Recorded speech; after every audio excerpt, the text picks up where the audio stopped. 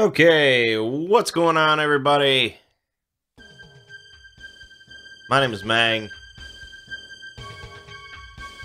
Welcome back to Hanging with Mangg. Today we're playing Doom 2, but this is the brutal Doom version, which is really fantastic.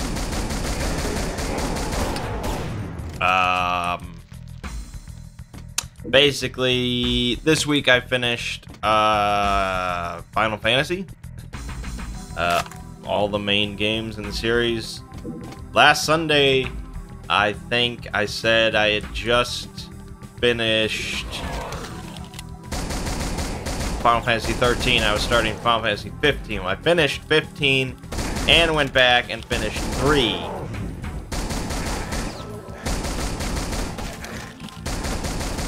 And I did Doom 1 and Doom 2, and I'm on Doom 3 now. So, yeah, I do a lot of recording nowadays. Like, really, I haven't been playing almost anything on my own. I've just been recording stuff because I'm enjoying it. So, yeah, even though I just finished playing through Doom 1 and Doom 2, I loaded up Brutal Doom, because that's apparently the shit, and it apparently is the shit. It is really cool. I mean, it's certainly not a purist version of Doom, but it is great. Yeah. So, alright. So yeah, this week on this channel, we finished Hellblade, I think. And so I started up Advance Wars, which I've been enjoying. You know, I like those sort of slow turn-based games where I can think through all of my turns and sort of talk through them. I tend to like those LPs. Maybe not everyone agrees, but hey, can't please everybody.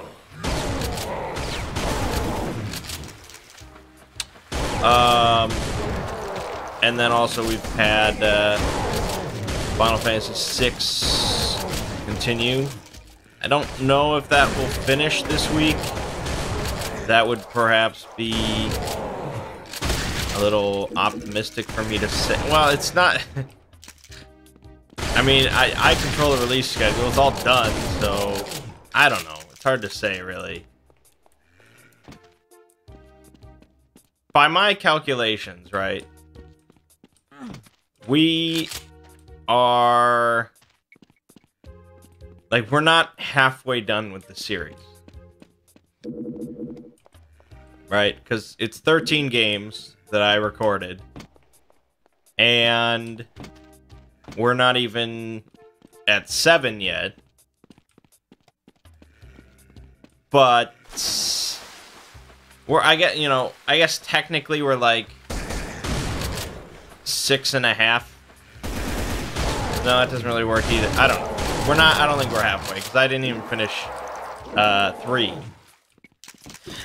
And some of those games, like the first couple, were really short.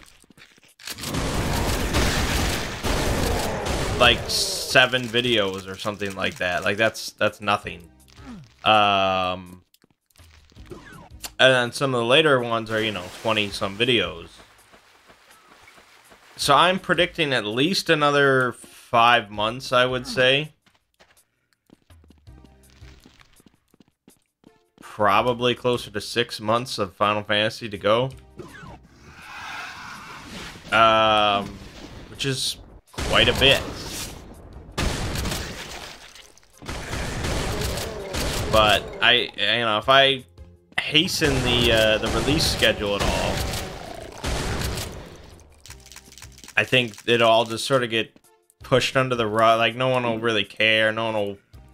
Because people will be like, oh my god, there's so much, and then they'll just put it on, and then it just doesn't get watched. Not that it has to be watched.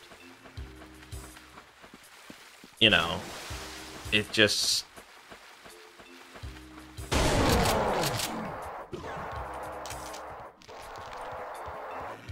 I don't know.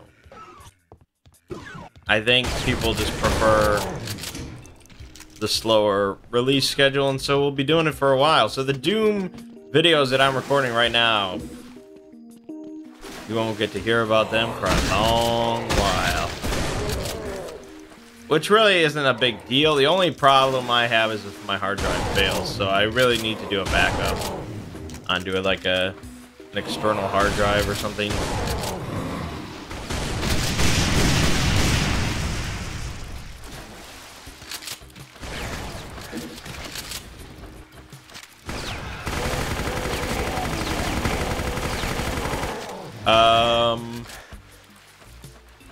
Yeah, but other than that, you know, the Doom's playthroughs went well. Doom 3 is not as horrible as I thought it might be. You know, for me at least. And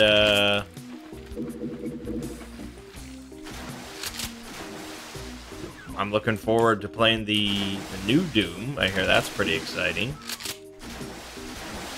Then I get to move on to the Ultima series, which should be fun for different reasons.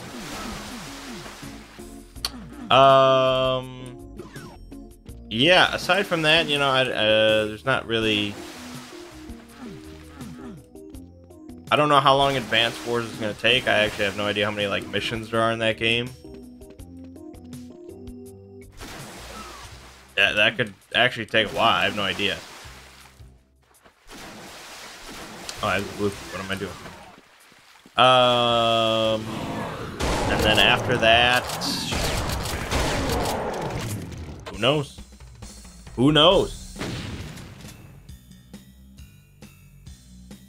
I don't know what's on the horizon. I think... Oh, okay. Well, April has God of War. And I'm absolutely going to be doing a Let's Play of that because I have hopes of making a exploring video about that and its connections to Norse mythology. So, you know, I'd like to be able to play through the game quickly and discuss my thoughts, the connections to Norse mythology, and yeah. I mean, I'm gonna play it no matter what, but I would also like to do a recording of it because that's where I tend to just talk myself through things, help me understand.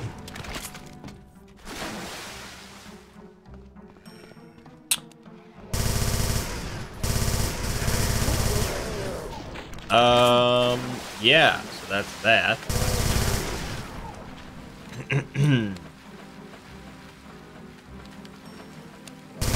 Aside from that, I thought there was something else coming out. I don't know. April has supposedly the new Hearthstone expansion, which normally I wouldn't really care about, but they're adding another sort of dungeon run-esque thing, and that's pretty hype.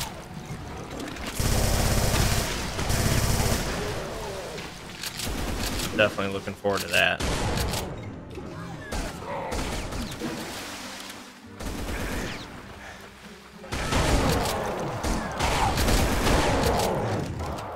Other than that, I don't know. I'm probably forgetting something.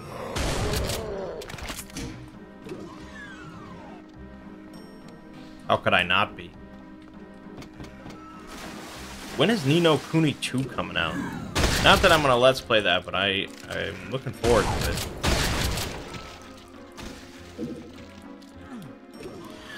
I should really glance at the release schedules.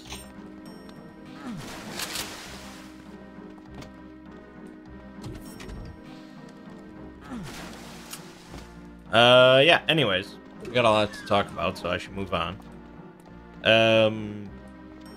This week on the Exploring series, I released Thor, which has been doing alright. People seem to like that video. I liked that video. I thought it was pretty solid. You know, Thor has some interesting tales associated with him that I think would be pretty humorous to see, even like references to in the Marvel movies.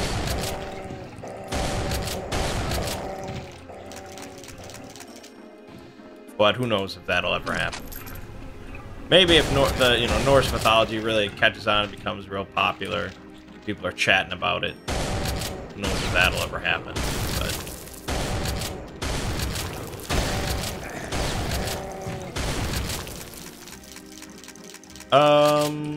Yeah, and then I worked on the Loki video, which is sort of similar. There's some interesting tales associated with Loki. The thing is, I already have talked about a lot of them.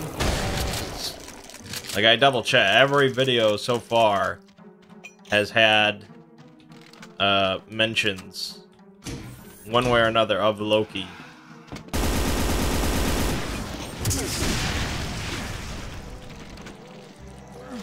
And so, the bulk of the Loki video is actually devoted to, I guess, the most well-known story about Loki. That's the death of Balder,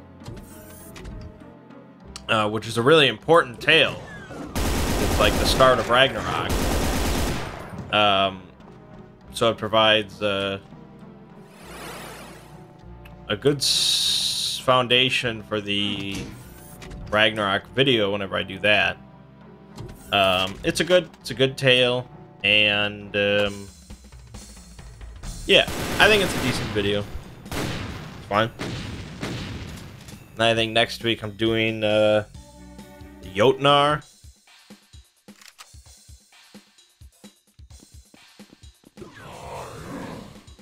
The problem is, like, nobody really refers to them as Jotnar. Like, that's not like a commonly known term. Jotun is even a little obscure. But that's a little bit more well-known than Jotnar. Jotnar is the proper plural term for Jotun.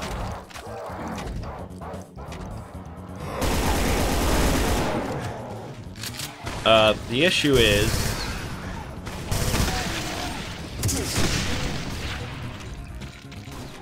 like, really, if I wanted widespread appeal for or widespread recognition, I would call the video Frost Giants, because that's what most people know them as, largely thanks to Marvel, I guess. But it's just not accurate. It's just not correct. I could put it in parentheses, I guess, but yeah, it's, I don't know, it's obnoxious, to say the least. So I don't know, we'll see. We'll see. Yeah. Wonderful. Yeah. Aside from that, we've got like another month or so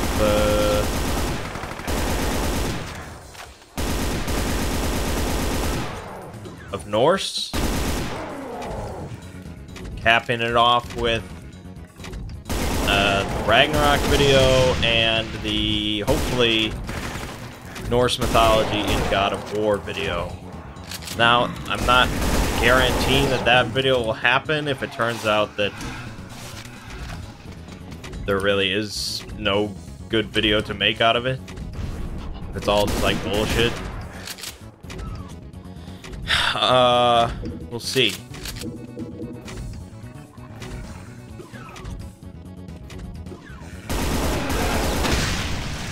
And then I think after I'm done with Norse, I'll probably do another Middle-earth video, because it's been a while for that.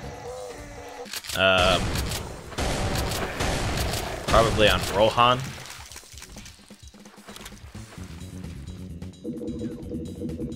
then we'll see. We'll see what happens.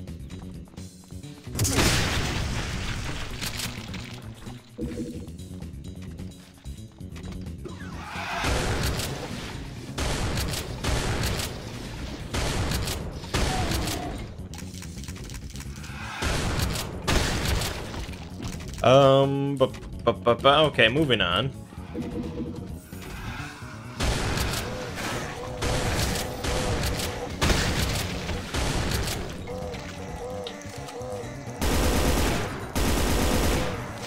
To board game discussion. Only one board game was played this week, but it was the doozy, and that was our biannual Twilight Imperium game. Twilight Imperium 4th edition, of course. And due to scheduling, we had to do it on a Friday night, which is not ideal. We were sort of under time constraints, but in the end, not really. We actually finished the whole game to 10 victory points, so that was pretty good.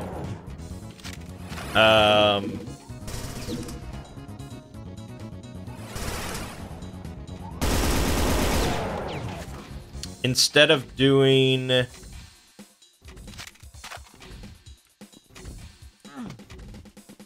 Well, we did pick 2... No. Deal 2, pick 1 for races.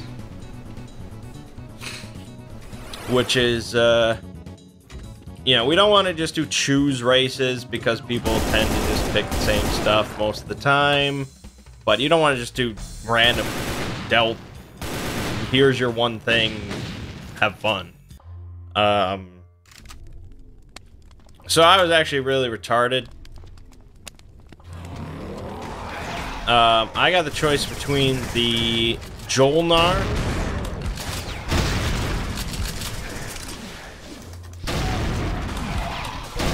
which are sort of the tech specialists. They get a lot of free technologies, and they get other bonuses based on tech. And tech is good for everybody. Like, really, no matter what strategy you're going for, combat, diplomacy, politics, whatever, it doesn't matter. Tech is good. For some reason, I don't know. I wasn't feeling it. I should have. In hindsight, yes, I should have taken the Jolnar. I will tell you that much. But I didn't. I think because it's just we've had so many games with the Jolnar, even though I've never played as them, I was like, whatever. And so I went with the Embers of Muat, who are a very combat-heavy race. They,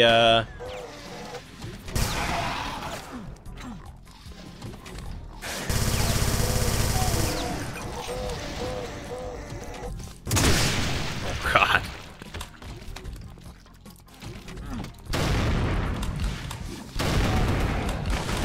They start with a War Sun. It's actually like even a better War Sun than normal.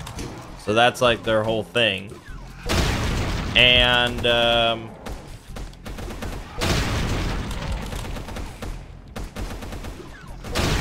they can use strategy tokens to like spawn units with their War Sun and stuff, and it's all about the War Sun. War Sun is really powerful, but it's one War Sun.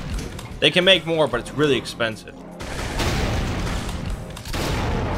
And so I was like, all right, it sounds fun to have this like Death Star floating around that people are afraid of and things. And, you know, it's like, you know, they won't know if I'm going to be going combat or if I'm just going to do politics, but I have this like, you know, I can threaten them with this War Sun, like, who's, you know, it'll be interesting. The problem is,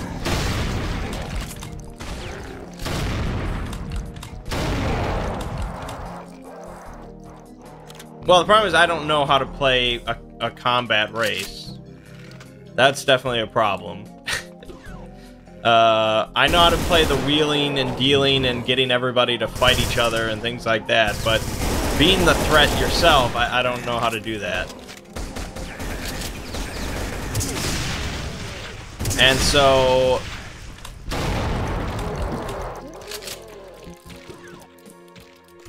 well, needless to say, it didn't go too well.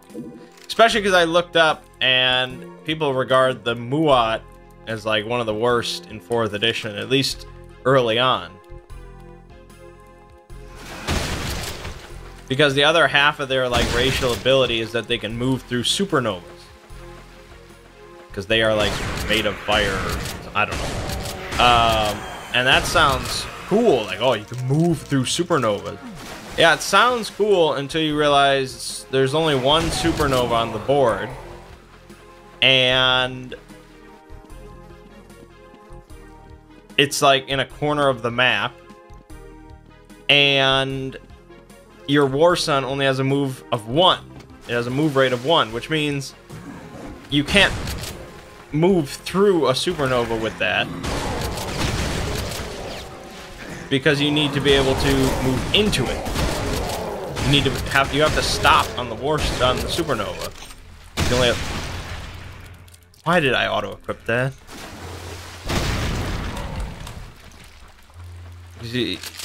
I mean, I hope I'm being sort of clear here. It just doesn't work off the bat with your War Sun, is what I'm saying. Now, you can upgrade your War Sun to give it a faster move rate, so you can move through supernovas, or you can get an upgrade that lets you move onto supernovas. But those take time. Those do not come easy or fast. And so, yeah, I had a starting spot that was right next to a supernova. But it doesn't matter.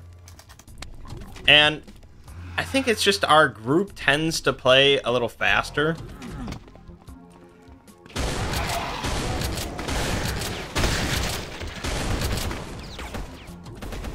I don't know. I think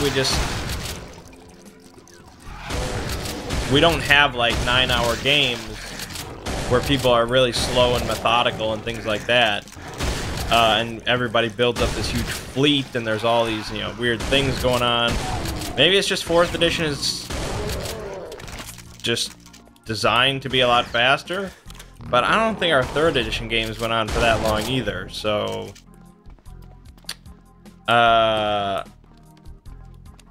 so people tend to, you know, start gunning for victory points very quickly.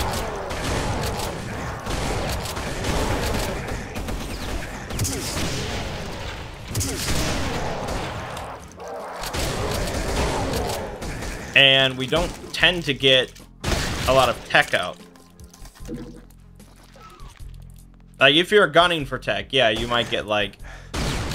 you might get 8 by the end.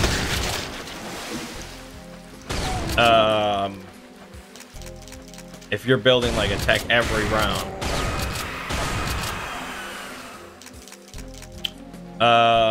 But aside from that... like, no one gets War Suns, ever. Like, it's a rare game of Twilight Imperium for our group if somebody gets a War Sun. So that's why it was pretty crazy that I start with one. Because it just never tends to happen.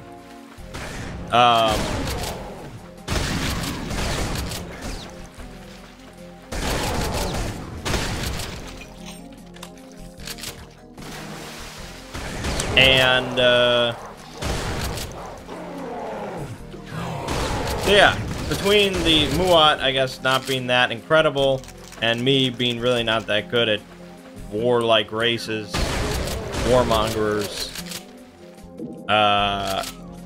it didn't really go that well for me. But here's the thing. I don't ever expect to win Twilight Imperium. I'm just along for the fun ride. And generally, it's pretty damn fun. Now, next time, yeah, I'll just go heavy into trading and things like that, and not try to be any sort of warmonger. Just build up a really defensive area and have fun with it. But still, it was a pretty good game because it was one of the wildest games of Twilight that we've ever had. because round one, the first round of the game, I got a secret objective that was like, destroy somebody's flagship or their war sun. And it's like, alright, no one is ever going to get a war sun. So my only hope is to get somebody to build their flagship, and then I just wipe it out with my super duper war sun. Well, Thomas was closest to me.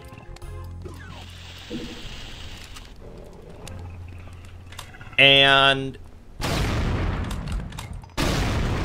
nice. And he was starting to spread out his units, you know, like everybody does early on. So you can get a bunch of planets and have a good time.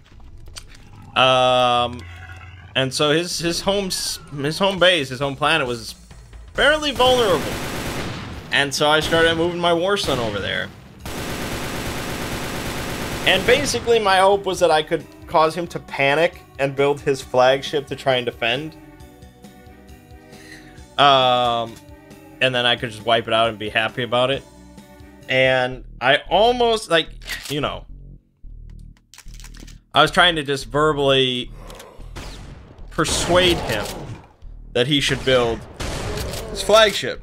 But you can't be too aggressive about your words, because then they'll catch on that you want them to build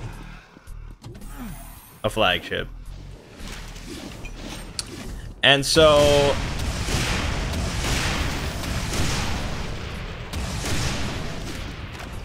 it didn't work out. It was close. He was close to building it, but not quite enough.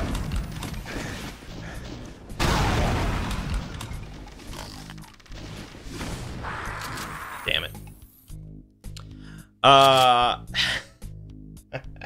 So he ended up building like an actual like little fleet of dreadnoughts and stuff.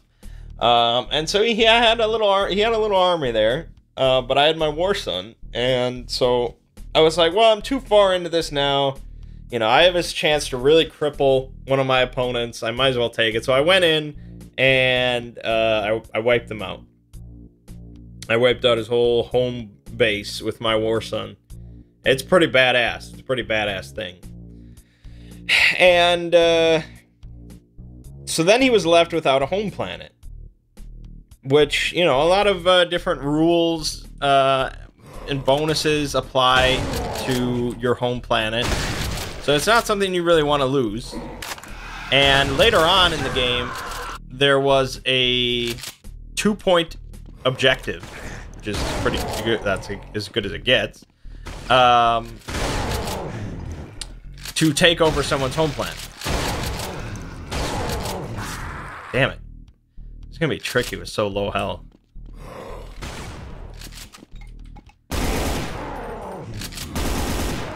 And so I was able to easily snag that because I still controlled his home planet. Because I just left my war sun there. And later on I built a second war sun there. So it was like, there's these two big balls in the sky.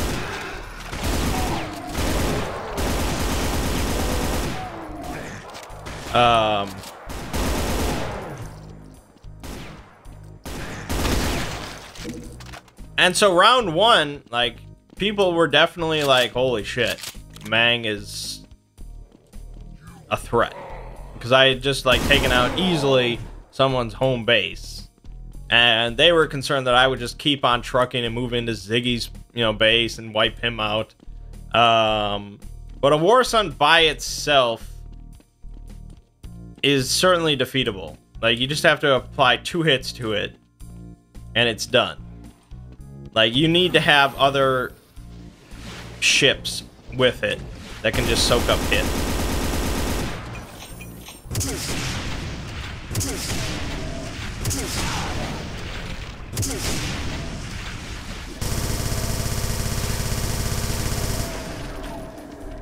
And so I decided to not keep going, which maybe was to my detriment, but it was pretty much like, I'm not going to win this game. If I'm going to do one thing with this badass War Sun, I'm going to take out, ooh, that's a cool gun. How does this thing even work? Okay. I'm going to take out somebody's home planet. Because that's never happened in the history of us playing TI. So it was pretty exciting. So Thomas was in a real shitty position then. Because he had no home base. He had no space dock. So he couldn't build anything. And he was basically adrift. He was nomadic now because he didn't have a home. And Ziggy comes in from the other side in like almost like a pincer position, and we could have wiped him out. We could have removed him from the game, like round 2 or 3, which of course has never happened. And we decided against it. We thought that would be far too cruel. To, you know, this biannual event, this big Twilight Imperium game, and you get wiped out round 2. Like, it was rough enough that I took out his home base round 1, but we didn't want to take him out completely. So we you know, he was thinking about going towards Mechatol Rex, which is the big planet in the middle that can provide a steady stream of victory points if you can hold on to it. And so we're just like, yeah, sure, go after Mechatol Rex, whatever. Thinking that, you know, maybe he'll hold it for like a turn, but he just doesn't have like the forces and the position, the resources to sustain it. Because Mechatol Rex provides a lot of influence for like politics, but no, not really any resources to build stuff. So we figured he was pretty strong.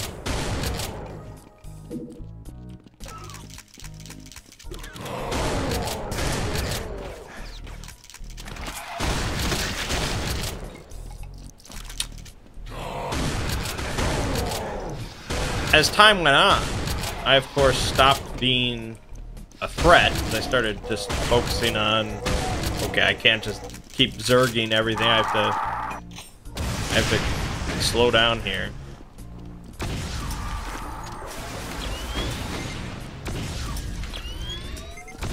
That's a badass gun. Which may have been my downfall, but who knows.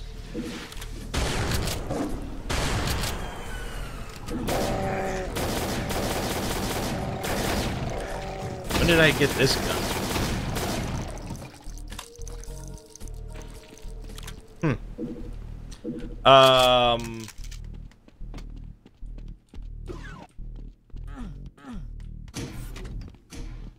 And so victory points started, you know, trickling in slowly but surely, and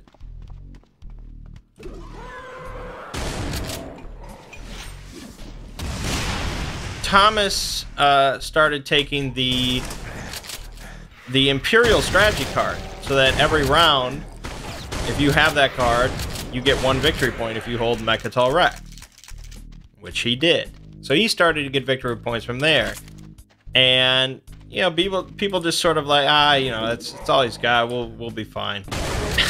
Just never the right strategy. A steady stream of 1 victory point guaranteed every round, with the possibility of getting more from other sources. It's not something you want to ignore.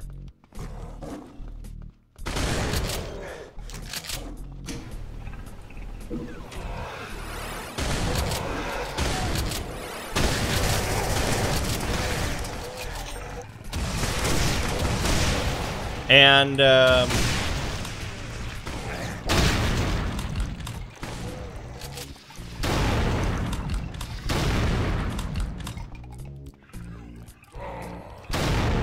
long story short, Thomas won. He won the game. It came down to fairly clutch moment. Fuck. A fairly clutch moment where, like, he was going to win before the end of the round. Like, he was going to win the first turn of the round because he had the Imperial card, and that gets you a guaranteed victory point if you have Mechatol Rex, and you can complete one of the objectives right away if you use it. So he was going to get the victory point and score a 2-point objective, which is 3 points before the end of the round, which is nuts. You know, in a 10-point game, that's really big. So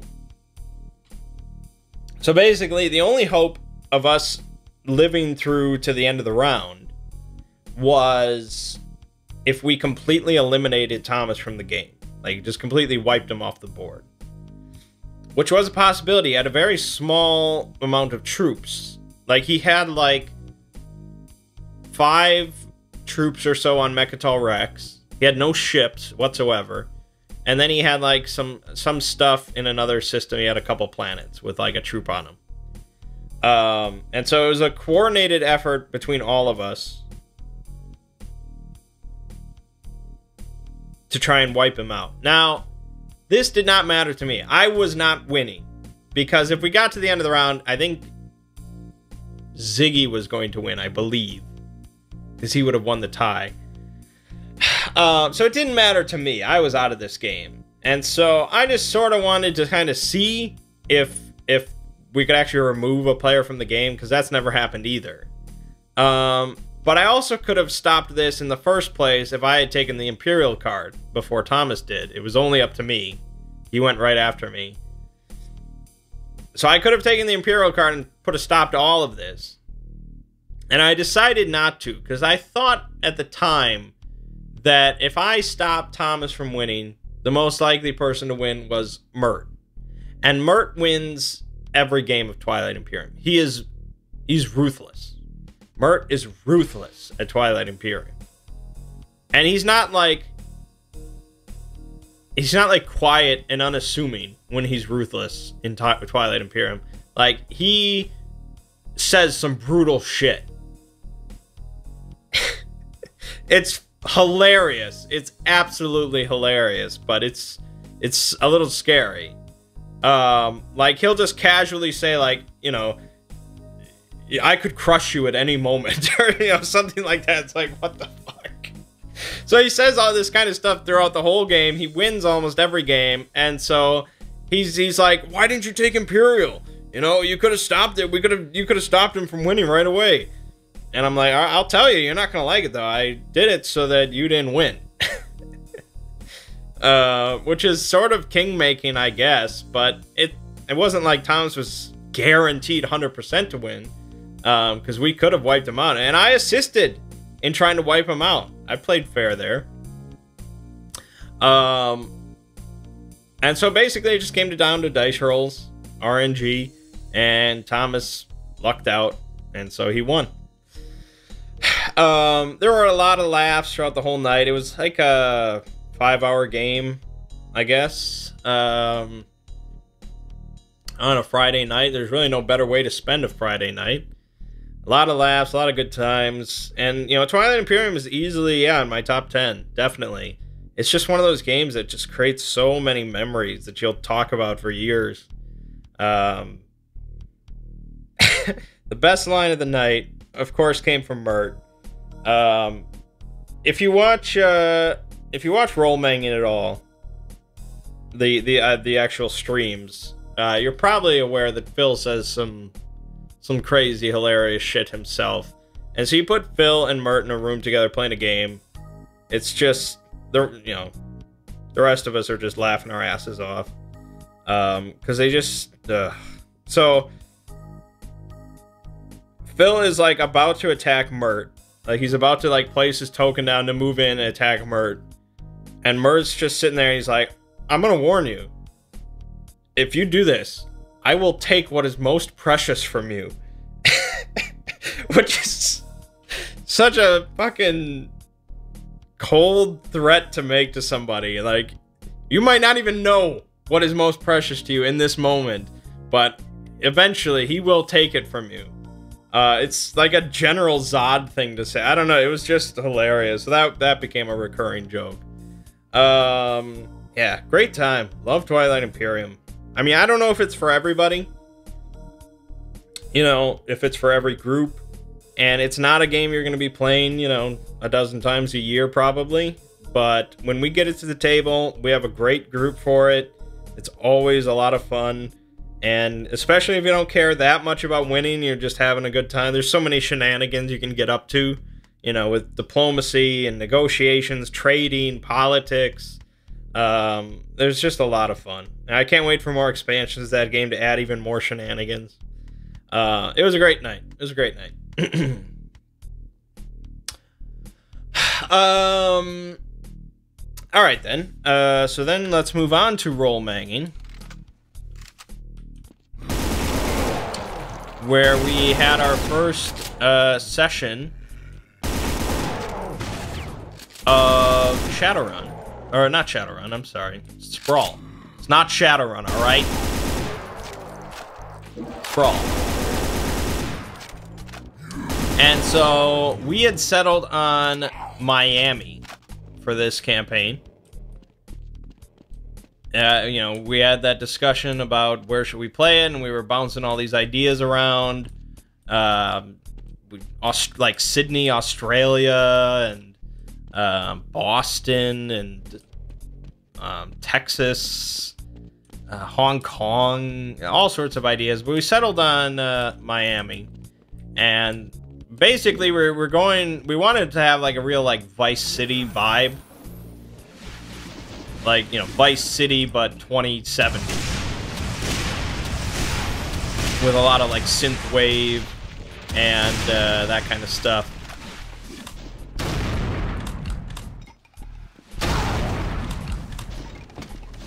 And so we started it off. We were doing street level shit. So this was real low level kind of operations. We were poor, living in this rundown apartment complex, and we were just doing like basic jobs like robbing convenience stores and things like that. So we had just minimal supplies, minimal equipment, things like that. All right, I get fucking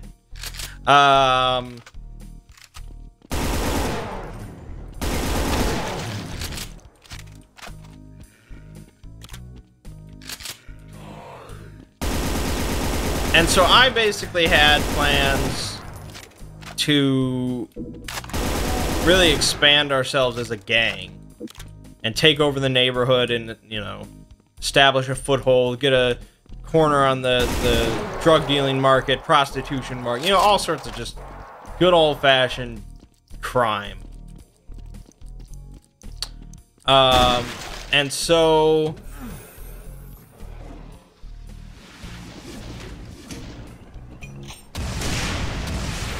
Ziggy actually came up with a couple potential jobs.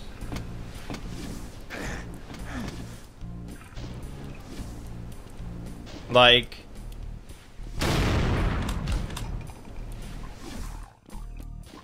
did that squish the railgun? That sucks if that's true.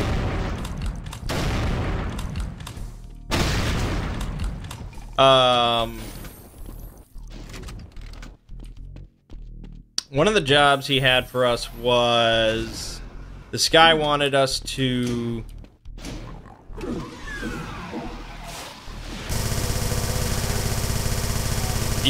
to mess with the Gator Boys. He wanted us to screw over the Gator Boys, which were one of the local gang. And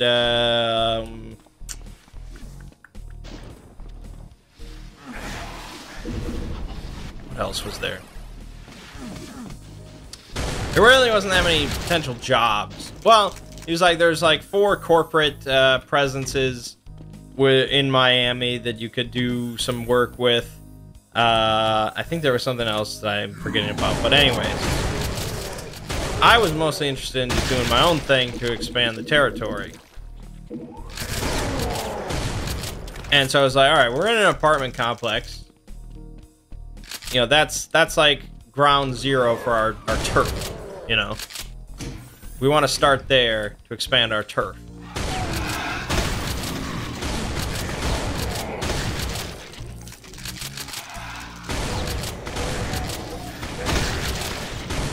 And so... God dang. And Ziggy informed us that there was really no other gang presence in this apartment complex, which I thought was, okay, great. You know, we already sort of can control this pretty easily. We don't have to fight anybody for it. And it's like, okay, you know, we need these people, the people living in this apartment complex, we need them to know that we're the bosses here. Right?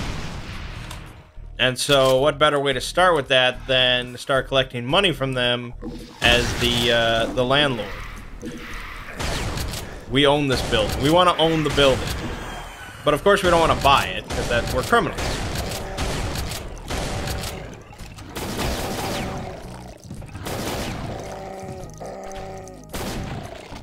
And so we're like, I was like, all right, let's find who actually owns the building, and we'll just like force him to sign the deed over to us. You know, through force and all that. And so sure enough, we find out the guy that owns it. He owns a few properties apparently. He doesn't actually live there. So we go to his office, which is sort of downtown.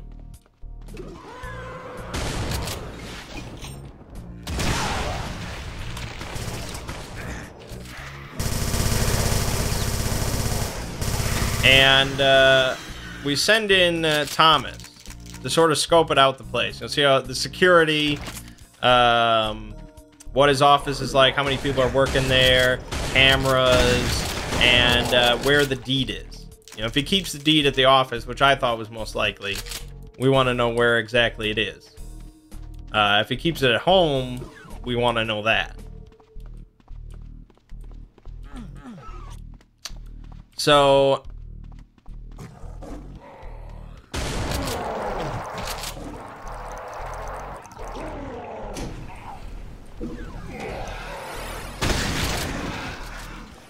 he goes in under the pretense that someone in the apartment building is collecting rent from people and pretending to be the landlord. Right? And so Thomas's character has this business card that says that this guy who actually is the landlord, you know, he has his business card that says he's the landlord. So we just want to be clear on who the landlord is, and we want to see the deed, or he wants to see the deed to confirm that he is actually the owner of the building. And sure enough, that works well enough that he actually does pull the deed out of a locked cabinet and shows it to him. He makes Thomas pay him rent, because apparently Thomas was behind on rent. But it works.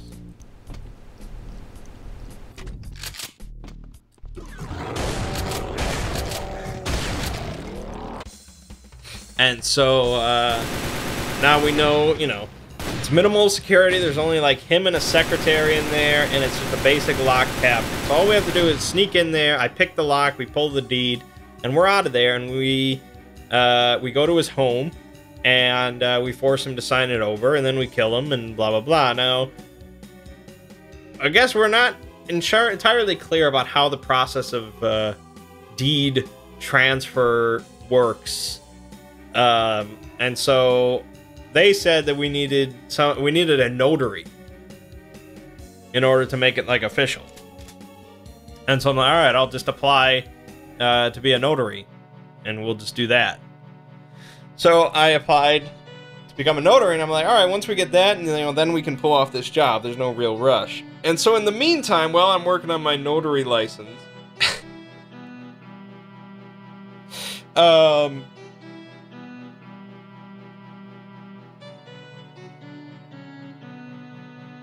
we are like, all right, well, we want something to do, so let's see about this Gator Boy's job, because Phil's car apparently got graffitied with a giant penis.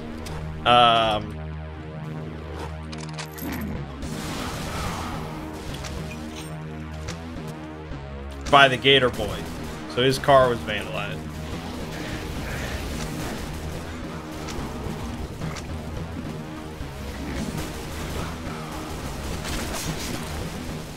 And so he had a grudge against the Gator Boys, of course.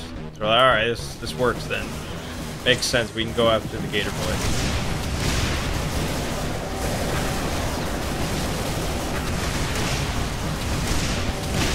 And so we talked to the guy who wanted us to do the job. And he tells us what he wants us to do is to kidnap the boss's alligator, his pet alligator, Big Albert. And he tells us that, you know, this guy is crazy about this alligator. This... Oh. This guy's crazy about this alligator. He'll do anything to get it back. And so we're just gonna extort him for a huge amount of ransom. And he'll pay it. He'll pay it up. So all you have to do is kidnap him, you know, ask for the ransom, and then do the deed. And we'll get 80% of the ransom money, and he'll get 20%. And that's how it'll go down. Which seems a little ridiculous because we're doing all the work, but alright.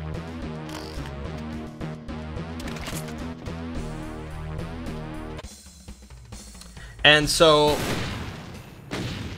I'm like, alright, we just have to kidnap an alligator. And he tells us, he gives us a little hint that a couple times a week, a few times a week, whatever, this guy has his alligator taken to the Everglades so that the alligator can just roam around and get some fresh air and blah, blah, blah, blah, blah. But this guy does not himself go because he despises the Everglades. Like, he hates insects, he hates bugs, he hates nature, whatever. So he hates it. And so I guess I was a little unclear because I thought that he, like, went there because they took his car. They took the boss's car to go there. I thought he, like, waited in the car while they went out with the alligator. Because he said, like, I don't know, it was just the way it was phrased. Like, he has a couple handlers that take the alligator out into the actual Everglades. He doesn't actually go out there. I thought he meant, like, out there, like, you know, away from the road or whatever, you know, into the swamp or whatever. But we later learned, no, he stays back home or whatever. So it's all done by his goons. But anyways, so the plan was, okay, we wait for them to go out there, and then we just, you know, snipe the couple goons that are with the alligator. We trank the alligator, we tie him up, and then we call in for the ransom. All right.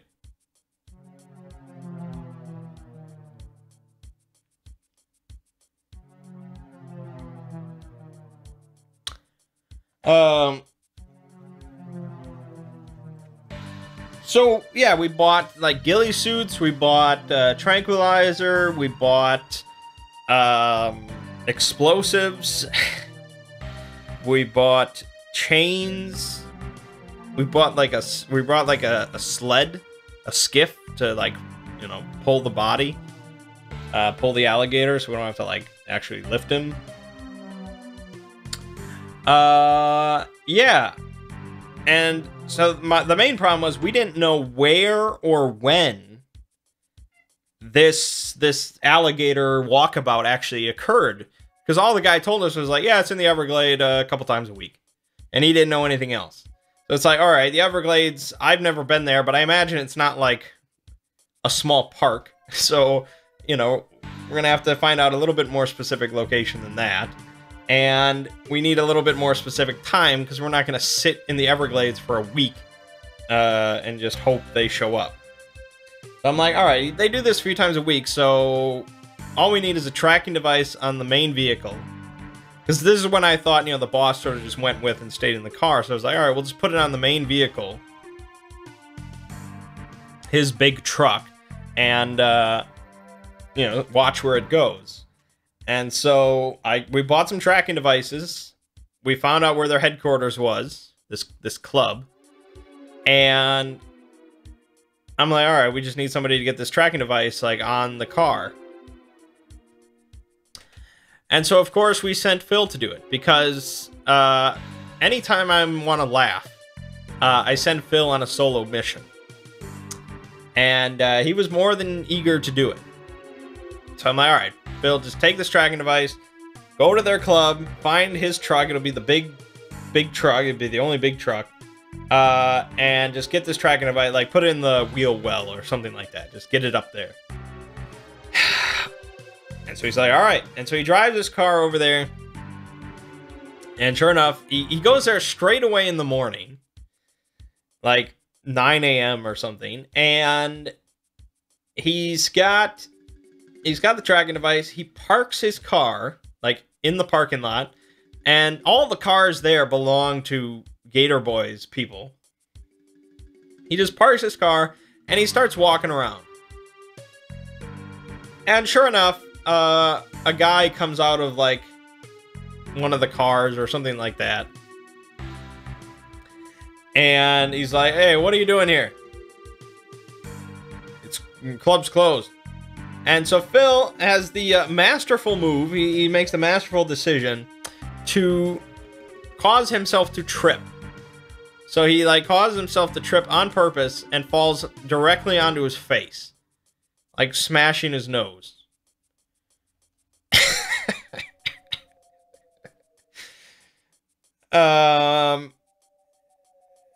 And then as he's like stumbling to get back up, he's like, Club, oh, I thought this was my therapist's office.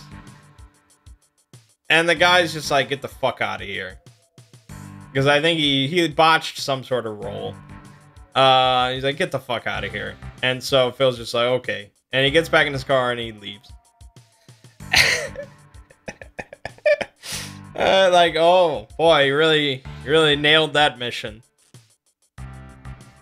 But, no, he comes back like 10 minutes later, and basically, he, like, just drives slowly past the boss's car, and he just sort of tosses the tracker towards the wheel well, hoping that it's magnetic and it sticks. It happens to be magnetic, and he happens to roll really well, so he gets it in there miraculously. I was shocked, because if he had failed, I would have loved to have seen what he did then. But alright, he gets it on there. We start tracking it. We find out where they go and when they go. So we plan it for next Tuesday. Okay. Next Tuesday, we go out to the Everglades ahead of time. And we post up shop around where, you know, they apparently go. And we, like, wait. We go to, like, an open area. And we set up in, like, the perimeter of this open area.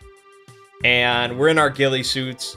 And Thomas has like a high-powered sniper rifle. I don't know why he gets to start with that, just because he's a killer. Because I start with like a Fisher-Price cyber deck. Because, you know, we're supposed to be street level. And he's like, well, you know, it's my move. That's part of my playbook, is I get these weapons. And I'm like, I'm supposed to have like a really nice cyber deck, but he restricted it. Because we're street level. Like, this is not right. But whatever. It doesn't really matter in the end. So he posts up with his sniper. I post up with my bolt action hunting rifle, because that's what I got, with tranquilizer darts. And then we have Phil just sort of nearby with his machete, in case something goes wrong, he can rush out and chop somebody down. So sure enough, they arrive, and one guy goes out with the alligator on a leash, and 2 guys stay back at the truck. And I'm like, all right, just you know, take out the guy with the alligator. I'll trank the alligator, and then just keep your gun trained on the other 2. So he actually misses his first shot, but he takes out the guy with the alligator. I trank the alligator, and the other guys start to like scramble. He takes out one of them, because this is when I realized that neither one is the boss. And so there's one other guy that's hiding behind the truck. He's the last guy alive. And I'm like, you know, tell your boss to get down here. And he says, like, oh, you know, he's coming. People are pissed. He's pissed, or, you know, something like that. He's heard about this. Like, apparently it called him during the firing or something. And so I'm like, all right, you know, if he's on his way, take out this guy. So he gets shot as well. So I'm like, all right, now, you know, the boss is on the way. We can do the ransoming right here. So I shove the explosives down the alligator's throat, now that it's been tranquilized. And during this process, 2 Coast Guard guys show up, even though we're not really on the coast, I don't think. But there's some sort of government people that are patrolling the Everglades on boats. And so I try to talk my way out of it that, you know, I've got my hunting rifle, and I was like, oh, I bagged a big alligator, which might be illegal, I don't know. And they didn't buy it, so we had to kill them. So we fill them with lead and dump their bodies in the swamp. And I'm like, all right, I'm thinking, okay. So what's going to happen is, the boss is going to arrive, I'm going to have my comm link here, like, resting on top of the alligator, and it's connected to, you know, the conference call we have going on.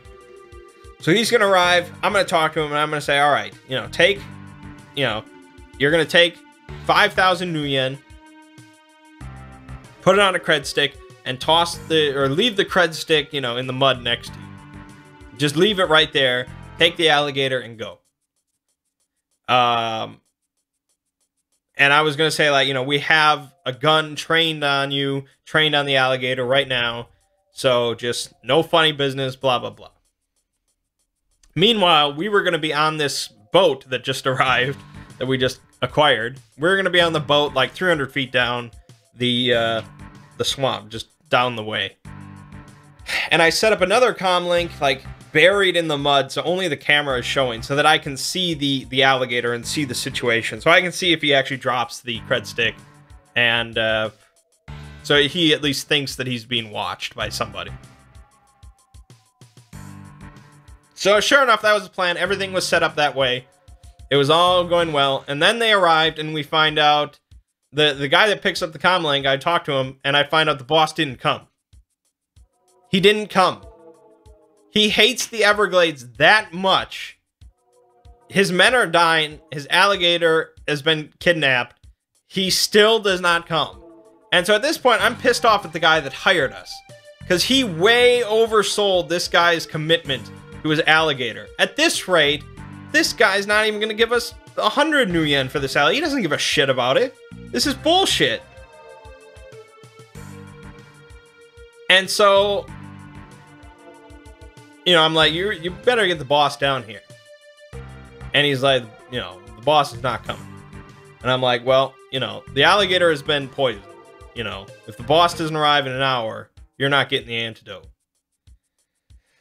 And he's just like, meh, we have a guy. We have a guy for that. And so I'm like, all right, there's really nothing I can say. So I'm like, all right, speed the boat back there, and we're just going to fill them all with lead. And by the time we got back there, they had already loaded the alligator onto the truck. We arrive, we open fire. It's just like, it's a firefight. We take a couple hits, but we wipe out most of them, especially because a stray bullet from Thomas, I believe, actually hits the alligator and hits the explosives inside it. It was a very crazy shot.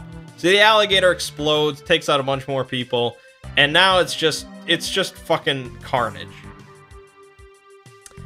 And I'm like, all right, well, we killed everybody. Like, we killed all of his men. He doesn't know the alligator is dead, so we can still get him to come down here. And then we just kill him and take the money there. So I pick up one of the dead guy's comm links. I call up his boss, and I'm like, look, buddy, your men are all dead. Your alligator is here. You better come down here and you know, negotiate. Otherwise, we're killing it. And here, he finds out that all of his men are dead, and he's way, way more upset about that. He's so upset about that that he's not even interested in negotiating for his alligator's life. Doesn't even give a shit. And so I just, like, fire my gun off, like, you know, into the ground and, you know, pretend that I just shot his alligator dead just to piss him off, hoping that he'll still come down here out of anger. But no, now he's just like, he's so pissed, but he's just like, you know, he like threatens us, but he's like, it's pretty clear he's not coming down here.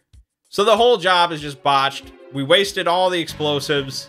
You know, the alligator's dead. We didn't get anything out of it, but we did wipe out most of the Gator Boys, and we got to collect all their, like, guns and stuff.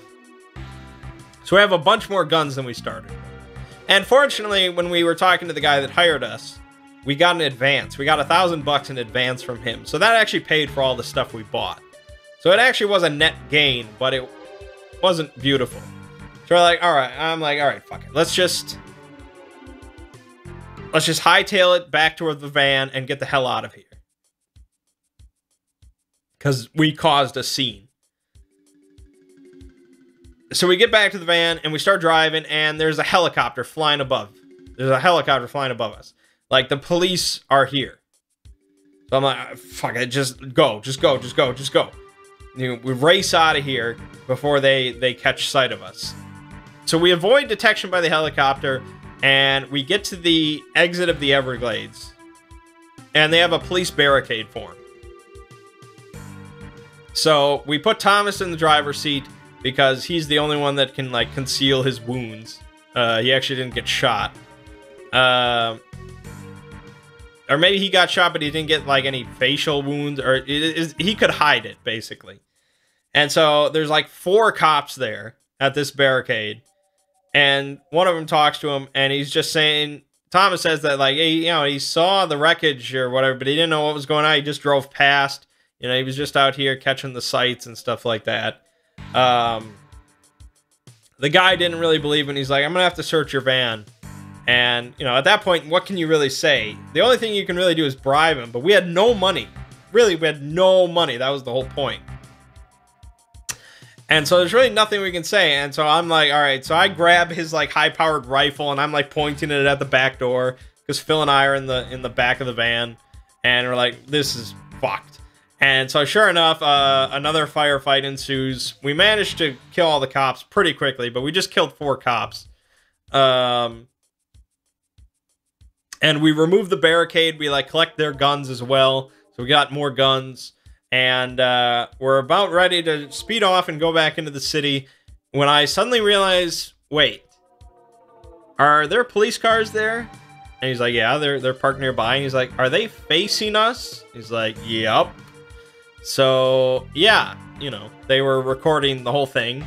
And there's no way we can, like, go and delete the footage. You know, it's all instantly transferred back to some server. So, yeah, we were fucked. We were fucked. And I'm like, well, fuck it. We're leaving. We are never coming back to Miami or Florida ever again. We're not even coming back to the southern half of the United States ever again. We are gone. And so we piled in. We quickly went back to the apartment complex. We picked up Golk, my roommate, and Phil's grandma, his roommate. And we're like, all right, we're gone. And we left. And that was it. That was how the session ended. So we had all these dreams about Miami. Even during the session, I was like, I'll die before I ever leave Miami, which was very interesting. Apparently not. And so, yeah, I guess it's no longer set in Miami. That's how it goes, man. That's how it goes. One job can go that south So basically, I think our plan is we're gonna stop off in like Boston on our way up north, and we're gonna sell all the guns that we picked up in Boston, because you don't want to sell all the guns where in the city where you're staying, because that easily is like, if they're tagged at all, especially because we took cop guns and stuff. You know, if there's anything that's tracing it back, people are gonna be like, oh, those people that slaughtered the cops in Miami, they're staying in New York. No, we want them to think we're in Boston, if there's any sort of shenanigans going on. So we're gonna sell all the guns in Boston, then take our newfound money up to New York, and that's where we're gonna make our new home base. Probably in the Bronx. Yeah, so that was a pretty wild session. And it's just like, you know, there's no real purpose or end goal to it. It's just wild fun. Game I'm talking about is the Sprawl cyberpunk RPG. But all right, I've talked long enough. We're at an hour and 11 minutes here, so check out the Loki video tomorrow. There is no artwork of Tom Hiddleston in that video, so don't have to worry. And we got more Advance Wars and Final Fantasy VI on the way. Good times are rolling. So my name is Mangg. This has been Hanging with Mangg. I'll see you fine folks next week.